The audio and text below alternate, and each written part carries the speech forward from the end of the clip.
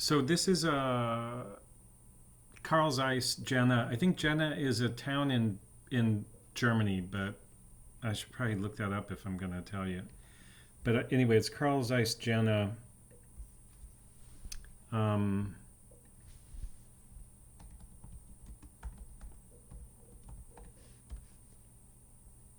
Jena is a city in Germany, second largest city in Thuringia. Okay, I think Thuringia.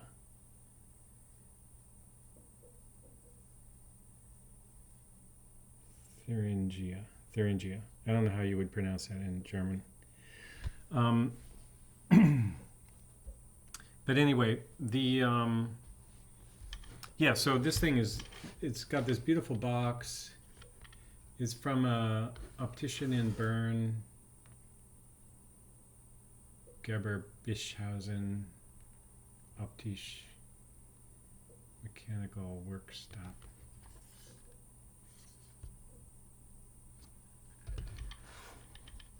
And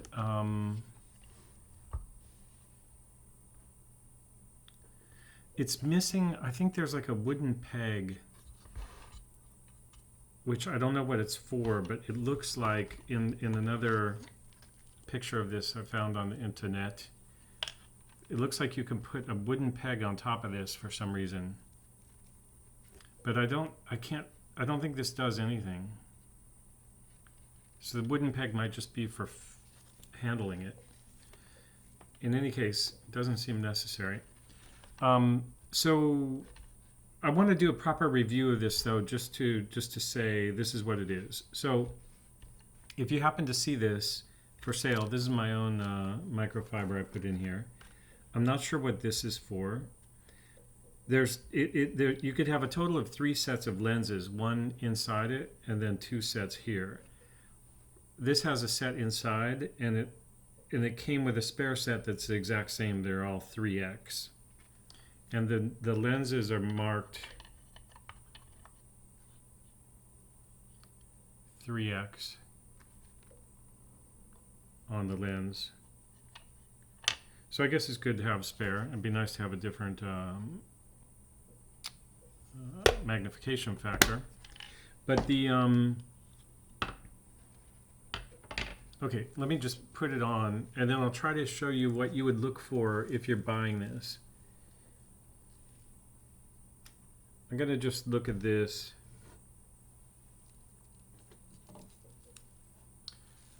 Well, first of all,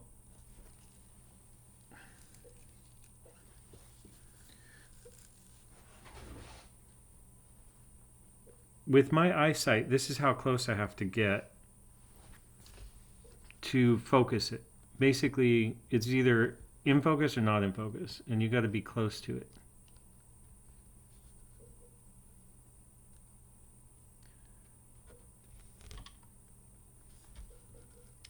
But when I am close to it, it feels very good. I got the stereo. Oh, but then also this is like, you know, this is for a proper. The reason I actually got it is because I got that Rolex service desk, and it's got the armrest and everything to do this kind of loop work. But I have trouble with a single loop because I'm not used to looking like just through one eye. So I thought this would help me, and I do think it will help me. The hard thing is going to be filming because I end up so close to the watch that it blocks other views. But anyway, I think what I'll do next is I'll show you kind of what the field of view is, since you can't exactly see through there.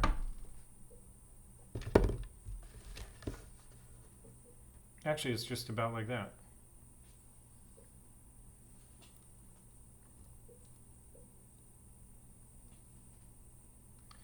It's a little bit more like the square,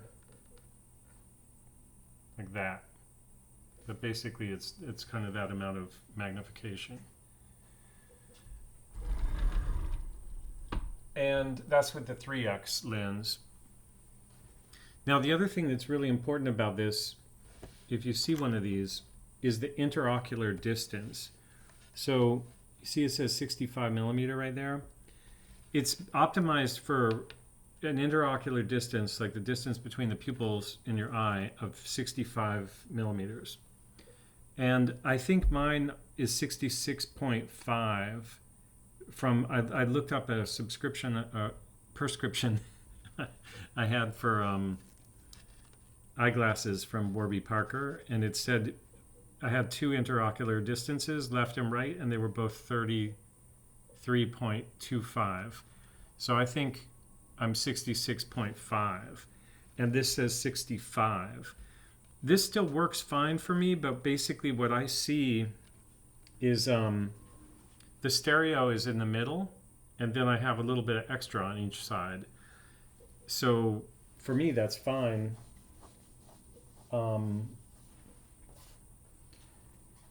Because actually, otherwise you're looking through a kind of slit. I'll show you what I mean. So see, there's a slit there on each side. I don't know that you would see top to bottom, but it ends up kind of constricting the width of the frame to square for me. And like I said, I can see whatever's centered in the image in stereo, and then I see a little bit extra on the left and the right that are monocular, basically. But if you're buying one of these, you need to know your interocular, and I would say you need to be within 1.5 millimeters of your correct interocular, or don't buy it. It's not going to work. There's no adjustment. There's no way to change that. And then I guess just the theory behind it. Oh wait, I was looking through my phone, but I didn't turn on the phone. So you can see the same effect here. And the reason the parallax matters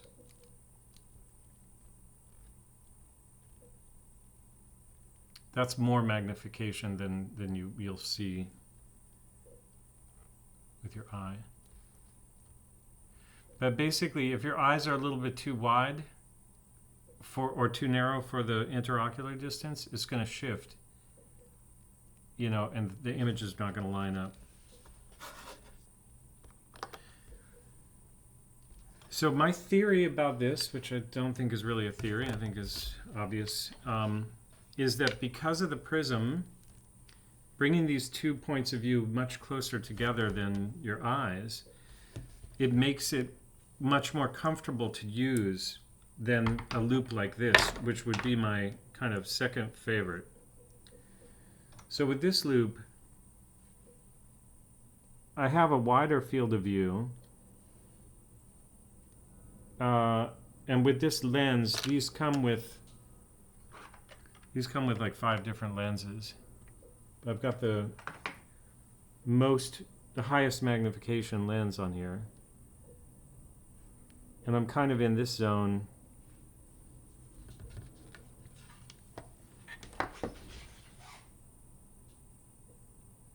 Now, what I feel though is I feel a strain, like a muscle strain in my eyes because my eyes are forced to converge so much. And I suppose there's also kind of a brain strain because it's hyper, what's it called? It's like hyper stereo. It's too much stereo separation when you get that close to something. So these are give you, like, you get tired of using those if you use them at such a close distance. It'll cause some strain.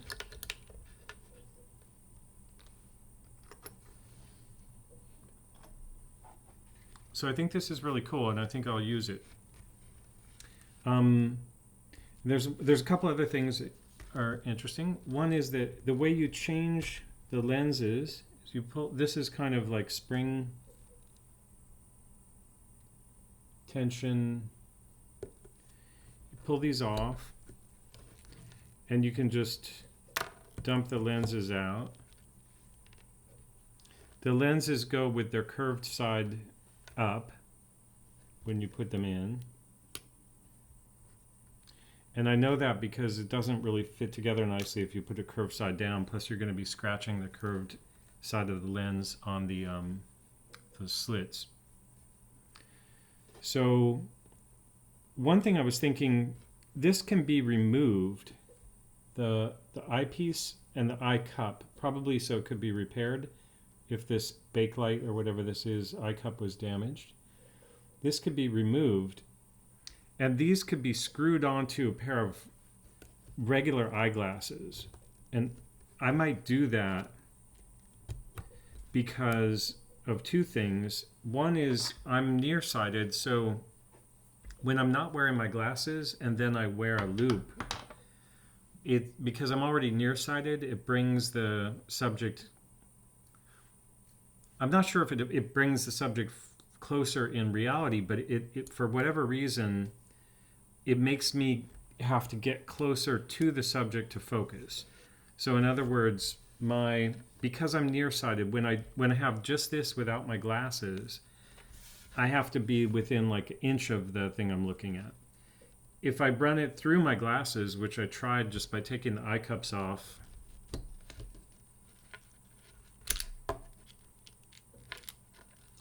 and holding it in place, I can show you actually.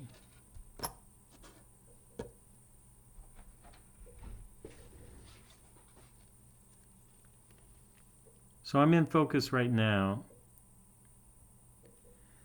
and if I take my glasses off,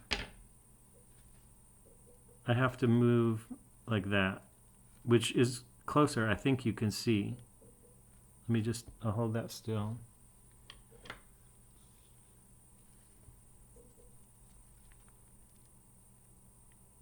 I'm in focus like back here. And then the other thing is, if I can do that, take an old pair of glasses and screw this on, as long as the glasses are well, I could use a strap actually to keep the glasses from falling. But I think that could be interesting because this whole strap arrangement with this is not super convenient for taking them on and off.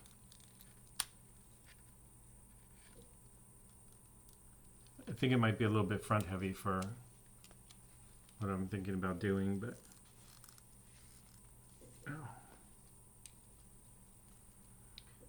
the other thing is there's like an elastic strap that's nicely connected to leather.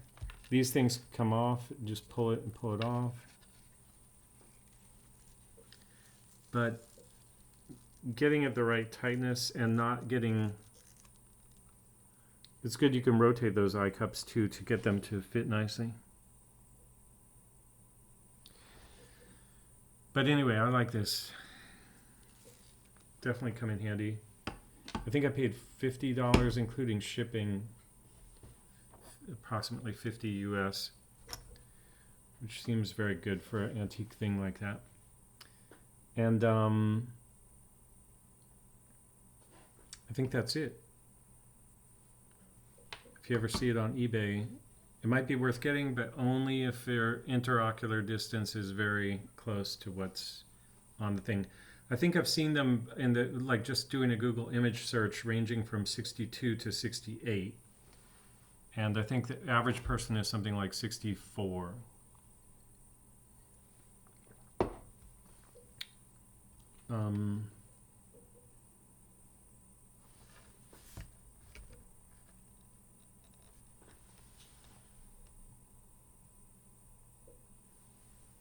This is number 3093.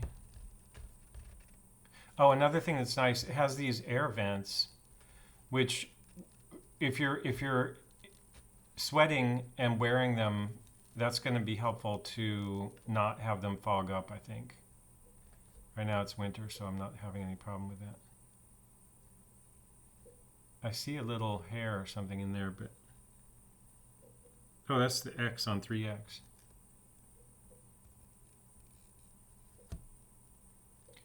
So that you need to position it with the 3X out of the frame, I guess.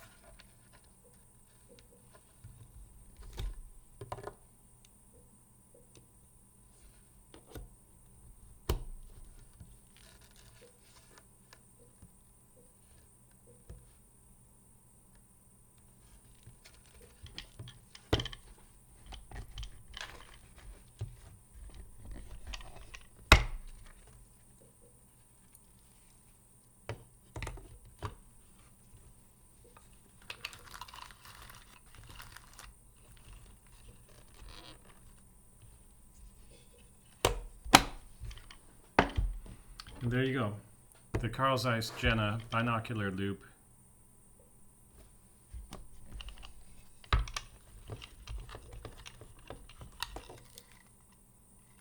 Number 3093.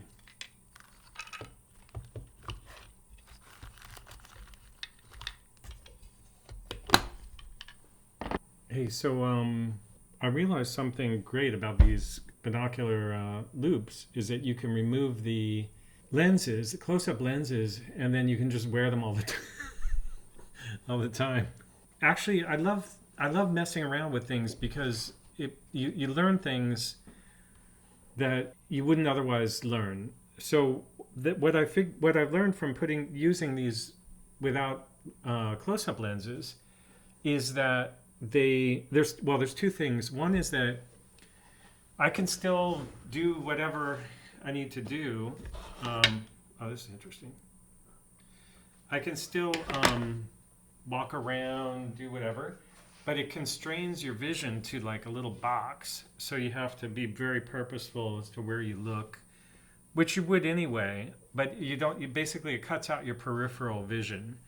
So one thing about it is that you could probably use something like this just to concentrate and focus and put yourself in a mindset of like, it's a little bit different, but it's completely functional. It's just like looking through a tube or whatever. So the other thing is, because I'm nearsighted and I can actually focus quite close, like I can use these as if they were a close-up lens without a close-up lens. I can see very close, and the thing that it's doing is it's reducing that parallax, and that's very important because the parallax problem without them means that when I get very close, I'm getting muscle strain because my eyes are not capable of doing that. So it feels like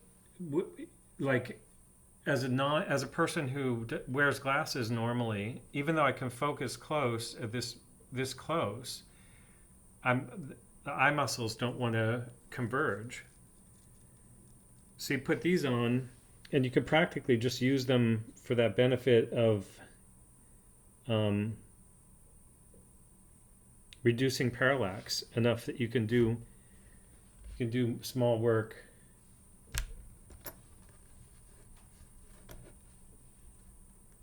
And part of the reason also that I realized that is that these are only 3x lenses.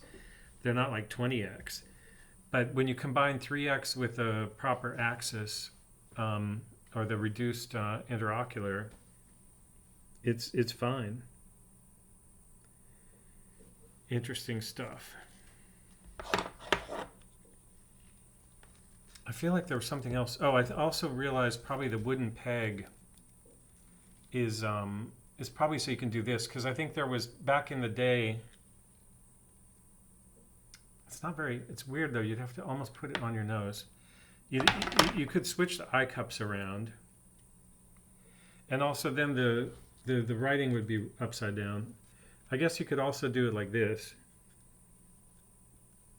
If there was a handle there, you could just temporarily.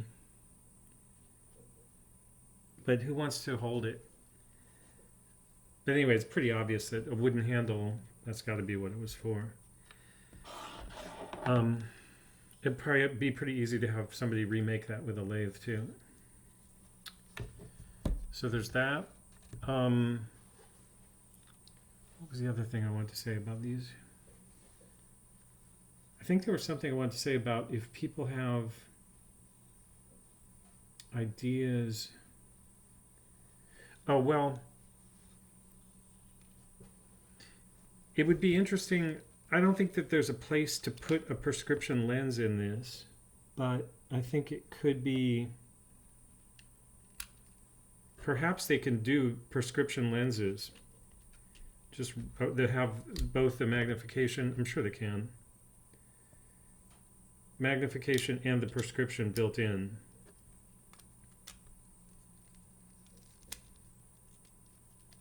It's just cutting a round lens and getting the what's it called, stigmatism or whatever, correct. So you could have prescription lenses made for something like this. And if you could do that, you could probably also have different, you could just have different magnification factors manufactured by an optician or just ordered and cut. And then finally, I used to order a lot of stuff from Edmund Optics in the US, and they might just sell like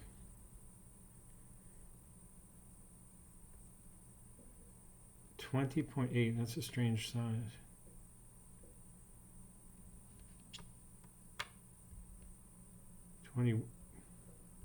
Oh, you know, I don't trust these anymore.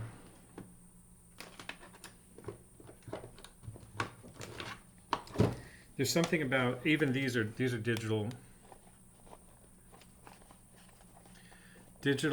calipers. You really don't know, and with a mechanical caliper, you do know. 20 this says 20.94, so I think it's 21 millimeter.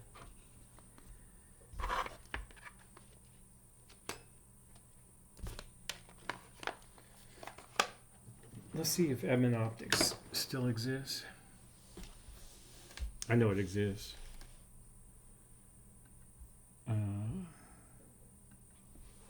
Edmund Scientific. EU. What's a close-up lens called?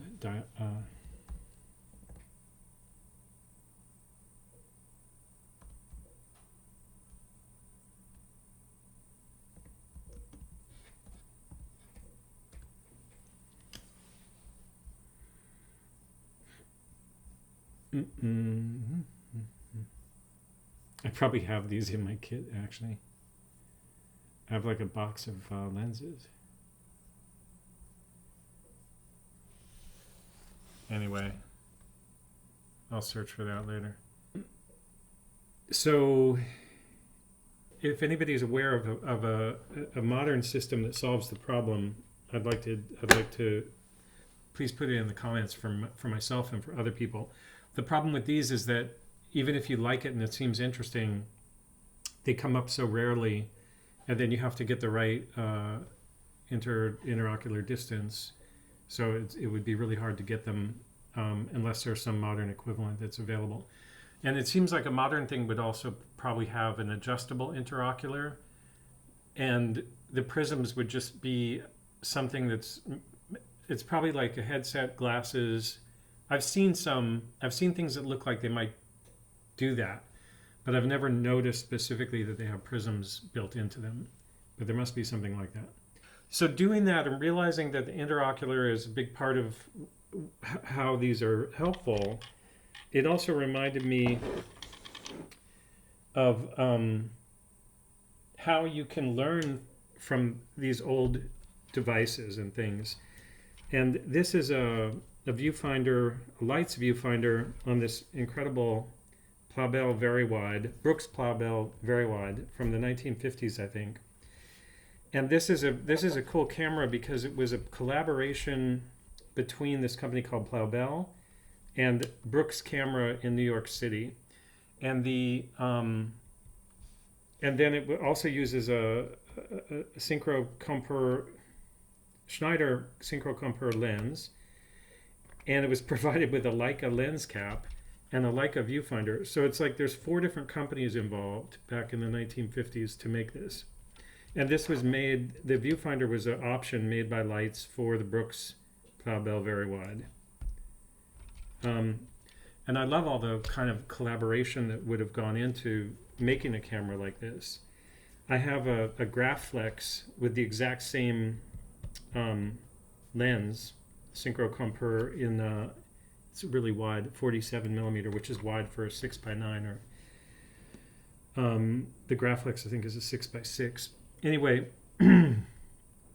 what I wanted to so the reason I wanted to mention this is these old things are cool because you see this. I'm purposely leaving the glasses the loop on just to be ridiculous. See how this has a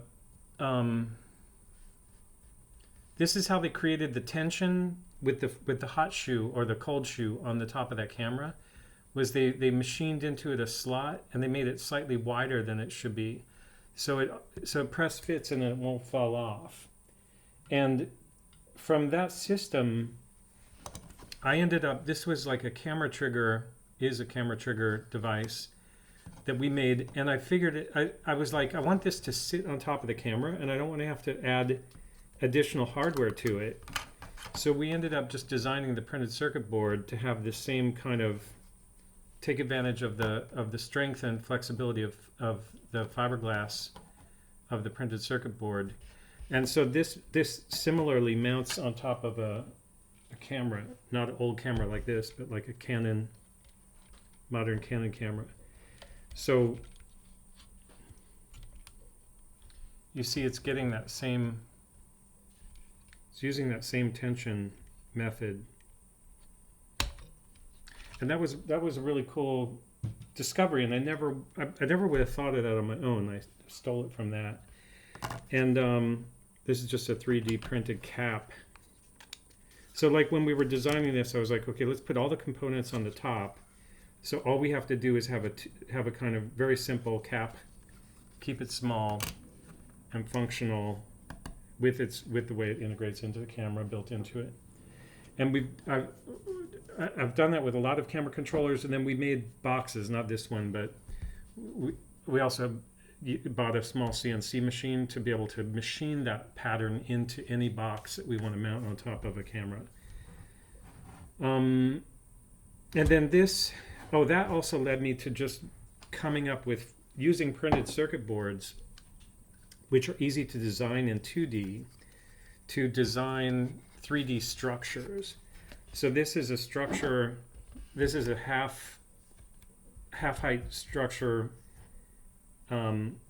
This box has a similar structure in it, but it's for 2 hard drives. These are hard drive slots. So this stuff is all like made with just ordering printed circuit boards and then CNC machining the top plate on the case and the bottom plate. And then structurally, the interior is, these are printed circuit boards that I CNC'd myself, but then when we did a run of these, we'd just order like 20 from the manufacturer, and then you can assemble things with structural components. And I think the point of that is like having an interest in these old things and following your passion for them. If you're a designer or an engineer today, everything that you discover through messing around with old things will end up having some value. And that's a justification for the pleasure of also going back and looking at how things were done in the past. So I think that's it for this video. Thanks again for watching.